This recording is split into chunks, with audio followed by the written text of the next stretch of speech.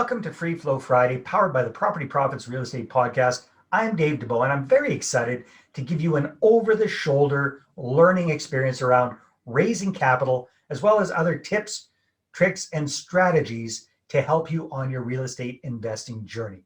So let's start. Let's discover together.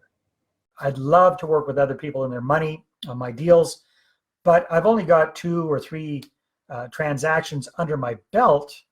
I don't think I'm really qualified to use other people's money because I don't have enough experience.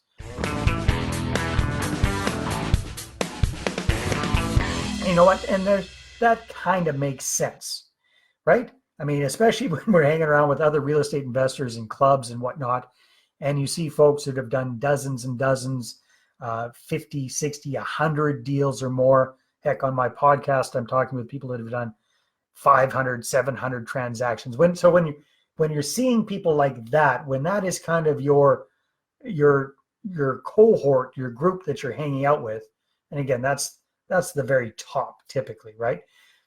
But when that's kind of what's in the back of your mind, and you've only got 2 or 3 deals under your belt, you're going to feel kind of inadequate. But let me put this in perspective for you. Now, obviously, it is better if you do have some experience, but the level of experience that you need is really, really relative. To be clear here, I don't recommend that you necessarily run out and raise capital from other people for your very first deal. I do think that you should have at least a couple of deals under your belt that are self-financed. That is ideal, okay? But if you've got those couple of deals under your belt, then there shouldn't be anything stopping you from using other people's money and bringing on investor partners, money partners into your deals. And here's why. You and I are real estate weirdos. And I say that in the friendliest, nicest way I can. I mean, we are. I mean, you guys are part of this group. You're into real estate investing. You're doing stuff with real estate. The average person is not, okay? And I've heard different numbers thrown around. Up here in Canada, I've heard that, 95% of average people have never purchased a revenue property in their lives. Their own house doesn't count. I mean, a revenue property, a property that is for investment purposes, okay? So if you even got 1 deal under your belt, you're already ahead of 95% of the population. Now, down in the States, sometimes folks in the States are a little bit more entrepreneurial, but even so, I would guesstimate that at least 90% of Americans have never invested in a revenue property themselves either. So if 90 to 95% of the normal people outside of real estate investing, of the normal people that you know, have never bought a revenue property, and you've got 1, 2, or 3 deals under your belt, you are light years ahead of them. And the analogy I like to use for this is kind of like, if you remember way back to when you were in kindergarten, age 5, just going to school for the first time probably, and just kind of, still having nappy time and all that kind of stuff. If you were in kindergarten, the kid that was in grade 2, so 2 years ahead of you, seemed like they had it all together, right? That kid was already learning how to print, already knows how to print, probably starting to learn how to write, already learning some basic arithmetic, addition and subtraction, and all this kind of stuff. They seem so much smarter than you as a kindergarten kid. Well, that's the same thing with us and the vast majority of the people that we're probably going to be working with as our investor partners. They don't have any experience with real estate investing. So if you've got 1, 2, or 3 successful deals under your belt, then you've already got your credibility. You've already got all the experience you need because you are light years ahead of the folks that you're going to be working with. All right.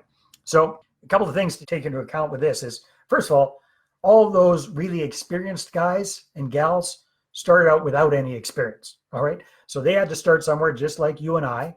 And chances are, if they're working with other people's money, they started using other people's money a long time ago when they had a lot less experience than they have right now.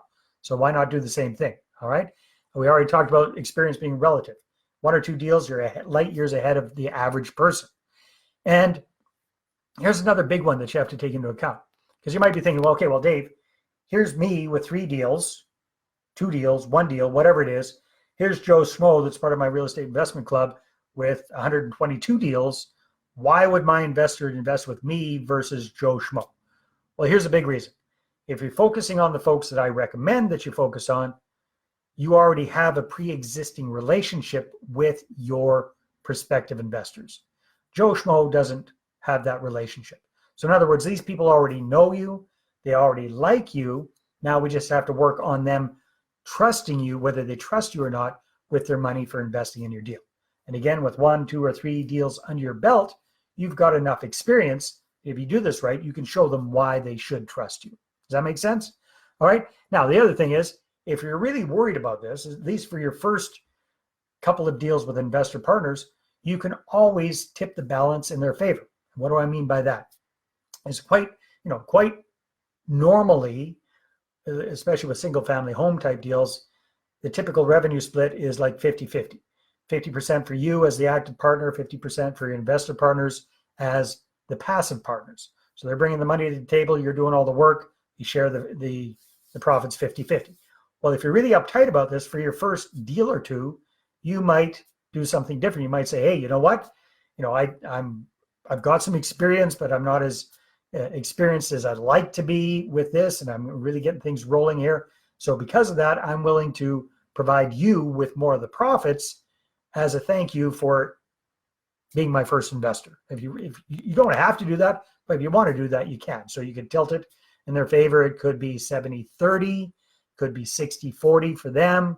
It could be, 75-25, whatever you feel comfortable with to get that first money partner deal on the go. Take care.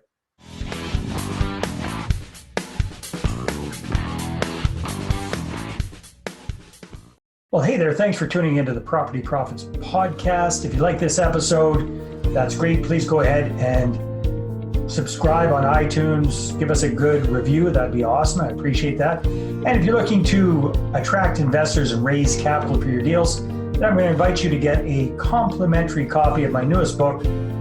Right back there. There it is.